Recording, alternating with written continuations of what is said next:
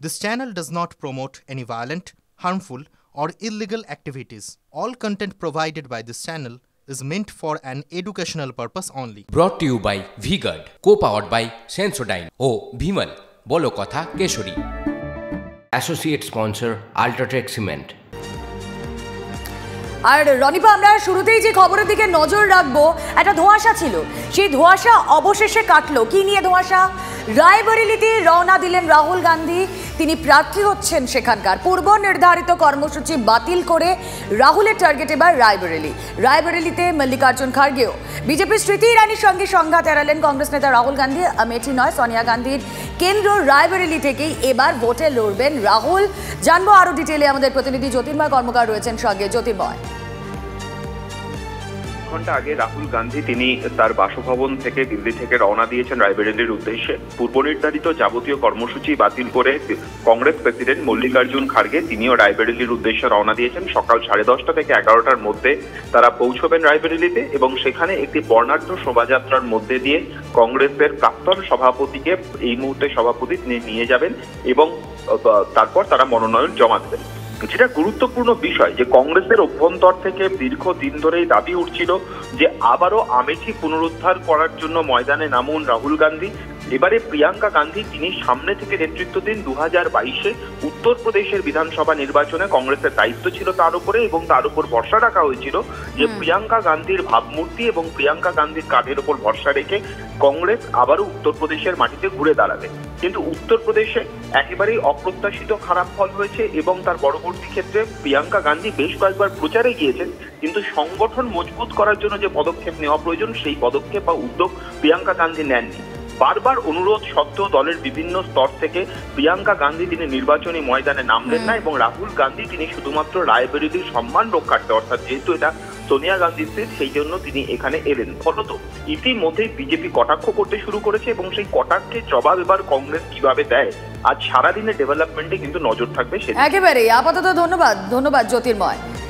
যে ছবি আপনারা দেখছেন আজ সকালের ছবি, রায়বরেলির উদ্দেশ্যে রওনা দিলেন রাহুল গান্ধী। স্মৃতি ইরানির সঙ্গে সংঘাত এড়িয়ে আমেঠিতে নয়, টার্গেট রায়বরেলি। যে ধোঁয়াশা ছিল কংগ্রেসের প্রার্থী নিয়ে, কে হবেন প্রার্থী রায়বরেলিতে, কে হবেন প্রার্থী আমেঠিতে, অবশেষে সেই ধোঁয়াশা কাটল।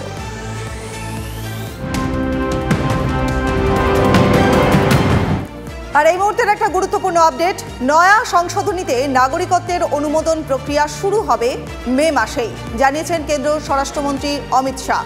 বিরোধীদের সিএএ বিরোধিতা সংখ্যালঘু ভোট পাওয়ার কৌশল, দাবি অমিত শাহ।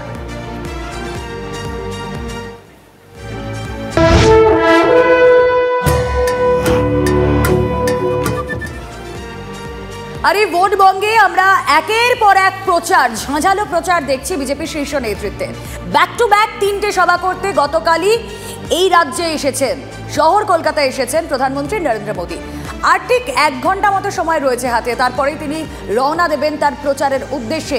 প্রথম ডেস্টিনেশন পূর্ব বর্ধমান, সেখানে থাকবেন আমাদের প্রতিনিধি মনোতোষ পোদ্দার এবং আর 1 ঘন্টার মধ্যে তার যে রওনা দেওয়া গোটা কর্মসূচি, প্রধানমন্ত্রী কোথায় কোথায় যাবেন, কখন বেরোচ্ছেন, জানাবেন আমাদের প্রতিনিধি দীক্ষা ভূঁইয়া। শুরুতেই দীক্ষার কাছে যাওয়া যাক। দীক্ষা,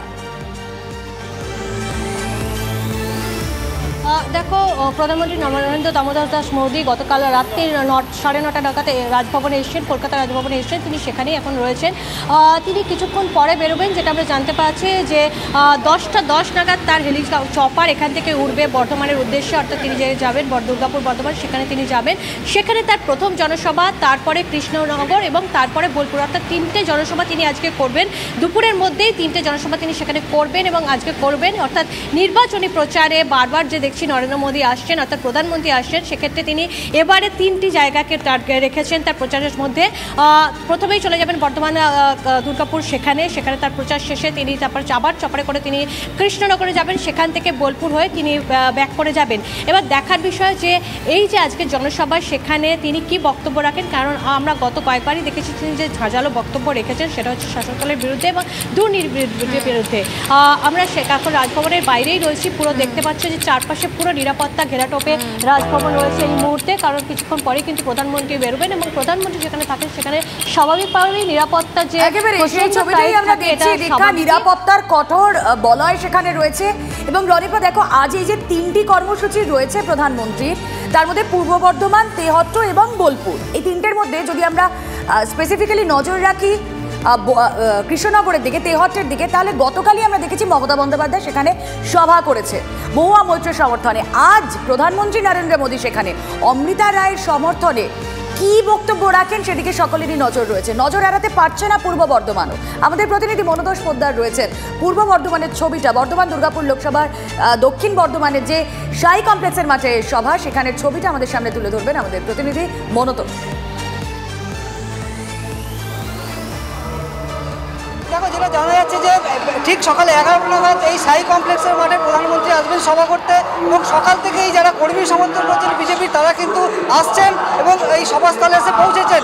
আমি তোমার সভাস্থলের ছবিটা দেখাবো, যারা কর্মী সমর্থন করছে তারা কিন্তু ইতিমধ্যেই আসছে এবং এখানকার যিনি বর্তমান দুর্গাপুর কেন্দ্রের বিজেপি প্রার্থী দিলীপ ঘোষ, তিনিও কিন্তু এখানে এসে গেছেন। সুকান্ত মজুমদারের আসার কথা আছে এবং যারা কর্মী সমর্থন করছে তাদের মধ্যে একটা উৎসাহ রয়েছে।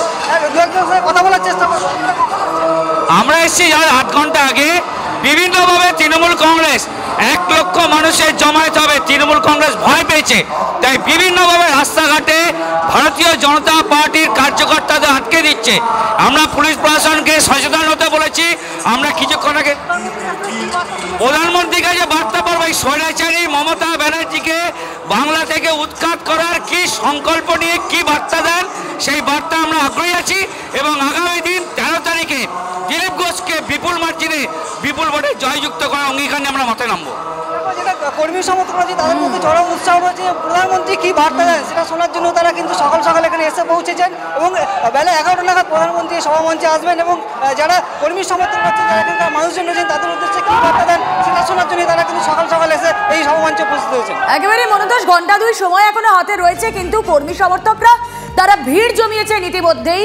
কি বলেন আজ নরেন্দ্র মোদী, সেদিকেই তাকিয়ে রয়েছেন তারা।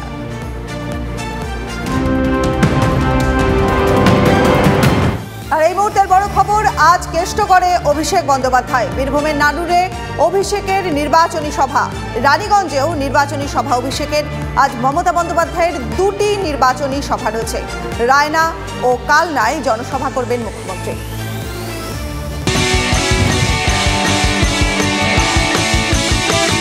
Brought to you by V-Guard, co-powered by Sensodyne O Bhimal, বলো কথা Keshari. Associate sponsor Ultratech Cement.